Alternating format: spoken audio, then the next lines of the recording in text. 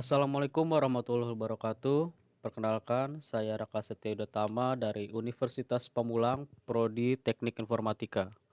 Pada video kali ini, saya akan menjelaskan penjelasan singkat tentang SDLC, System Development Life Cycle.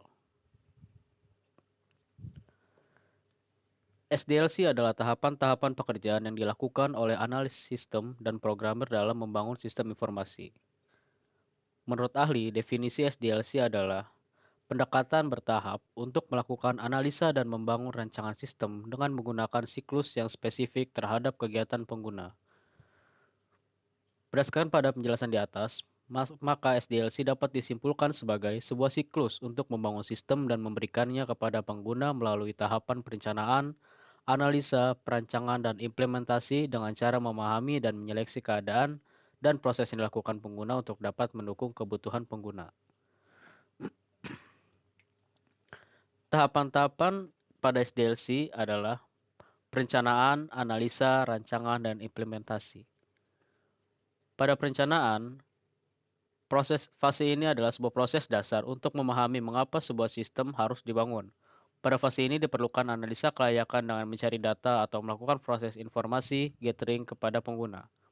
Pada fase analisa, sebuah proses investigasi terhadap sistem yang sedang berjalan dengan tujuan untuk mendapatkan jawaban mengenai pengguna sistem, cara kerja sistem, dan waktu penggunaan sistem.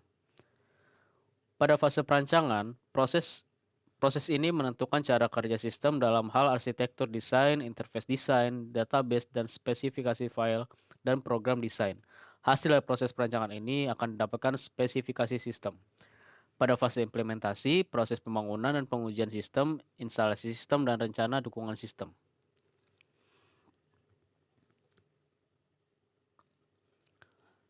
SDLC pada sistem teknologi informasi. Yang pertama ada analis sistem, yaitu terdiri dari studi pendahuluan, studi kelayakan, mengidentifikasi permasalahan dan kebutuhan pemakai, memahami sistem yang ada. Yang kedua ada perancangan sistem atau sistem desain, yang terdiri dari perancangan awal dan perancangan rinci. Kemudian ada implementasi sistem, dan terakhir ada operasi dan perawatan sistem. Yang pertama analisis sistem. Analisis sistem adalah orang yang dididik khusus untuk mengembangkan sistem secara profesional. Alasan menggunakan SDLC dalam penggunaan ini adalah karena metode ini digunakan untuk mengembangkan sistem teknologi informasi yang kompleks. Tahapan di analisis sistem terdiri dari kegiatan-kegiatan sebagai berikut. Yang pertama adalah studi pendahuluan. Kegiatan awal dari analisis sistem adalah studi awal dan studi pendahuluan tentang jenis, ruang lingkup, dan pemahaman awal dari proyek sistem teknologi informasi. Studi pendahuluan ini menghasilkan sistem secara awal, perkiraan biaya yang dibutuhkan, dan waktu yang diperlukan. Kemudian ada studi kelayakan. Setelah mengumpulkan data yang mendokumentasikan fakta, sistem analisis mengetahui apa yang sesungguhnya dilakukan oleh sistem. Selanjutnya, sistem analis menggunakan studi kelayakan untuk memperhitungkan apakah organisasi atau instansi di mana sistem tersebut dibuat dapat melanjutkan ke tahap berikutnya dalam proses pengembangan sistem atau tidak. Kemudian, ada yang mengidentifikasi permasalahan dan kebutuhan informasi pemakai. Pada tahap ini, supaya dapat diperbaiki di sistem yang baru, mengidentifikasi masalah dilakukan dengan penyebab masalahnya. Penyebab masalahnya merupakan sumber dari permasalahan yang harus diperbaiki. Selanjutnya, memahami sistem yang ada untuk mendapatkan data dan menganalisis permasalahannya. Kemudian ada menganalisis hasil penelitian. Menganalisis hasil penelitian adalah menemukan penyebab permasalahan sistem yang tidak berfungsi sehingga dapat cepat digantikan dengan sistem yang baru. Kedua ada perancangan sistem. Tahap perancangan sistem mempunyai dua tujuan, yaitu perancangan sistem secara umum dan perancangan sistem terinci. Yang ketiga ada implementasi sistem. Tahap ini merupakan tahap meletakkan sistem supaya siap dioperasikan. Implementasi sistem juga merupakan proses mengganti atau meninggalkan sistem yang lama dengan mengganti sistem yang baru. Untuk menggantikan sistem yang lama ke sistem yang baru diperlukan suatu pendekatan atau strategi supaya berhasil. Yang keempat ada operasi dan perawatan sistem. Setelah sistem diimplementasi dengan berhasil, sistem akan dioperasikan dan dirawat. Sistem perlu dirawat karena beberapa hal. yaitu sistem mengandung kesalahan yang belum diperbaiki sehingga kesalahan sistem perlu diperbaiki, sistem mengalami perubahan karena permintaan baru dari pemakaian sistem mengalami perubahan karena perubahan lingkungan luar. Biaya perawatan sistem sering diabaikan karena biaya perawatan sistem merupakan biaya yang cukup besar. Jadi sebisa mungkin kita harus merawatnya dengan teliti agar suatu sistem dapat bertahan dengan lama. Kemudian ada manfaat dari siklus hidup pengembangan sistem. Yang pertama ada meningkatkan proses, mengurangi kesalahan saat pengkodean, serangan berkurang, fitur-fitur yang tidak digunakan dinonaktifkan secara default, meminimumkan penggunaan hak, melindungi, membentengi, mendeteksi, menyimpan, dan mengatur. Terdapat diagram yang menunjukkan manfaat substansial dari tahap desain yang mana dapat digunakan untuk merancang seluruh tampilan dan mendokumentasikannya. Kelebihan dan kekurangan SDLC. Pertama ada kelebihannya.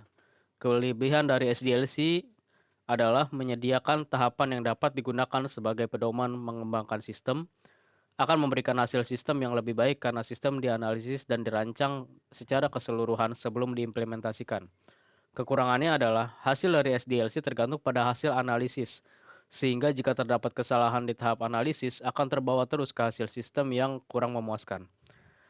Kemudian kekurangannya lagi adalah dibutuhkan biaya yang lebih besar jika dibandingkan metode yang lainnya. Dibutuhkan waktu yang lama untuk mengembangkannya karena sebuah sistem harus dikembangkan sampai selesai terlebih dahulu. Berikut adalah macam-macam teknik pada SDLC. Yaitu ada prototyping, waterfall, spiral, V-model, formal method, dan extreme programming. Pada metode prototyping, tahapannya adalah analisis dan quick design, kemudian demonstrate, refine, and build, kemudian beralih ke tahap testing, kemudian ke tahap implementation. Untuk metode waterfall, tahapan pertama adalah requirement, kemudian design, kemudian implementation, verification, yang terakhir maintenance. Teknik formal method adalah teknik yang mengandalkan perhitungan matematika dalam setiap prosesnya. Hanya digunakan pada sistem yang sangat memperhatikan keamanan atau keselamatan dari pengguna. Contoh penggunaan teknik ini adalah aerospace engineering. Keuntungan menggunakan teknik ini adalah meminimalkan risiko dengan adanya perhitungan komputasi. Sedangkan kerugiannya adalah biayanya tinggi, kompleks, tidak umum untuk proyek software pada umumnya. Extreme Programming merupakan bagian dari metode Agile Software Development. Keuntungannya adalah menjalin komunikasi yang baik dengan klien, meningkatkan komunikasi dan sifat saling menghargai antara development. Kelemahannya adalah developer harus selalu siap dengan perubahan karena perubahan selalu diterima. Kemudian kelemahan yang lain adalah tidak bisa membuat kode yang detail di awal. Sekian penjelasan singkat dari saya tentang SDLC. Kurang lebihnya mohon maaf. Wassalamualaikum warahmatullahi wabarakatuh.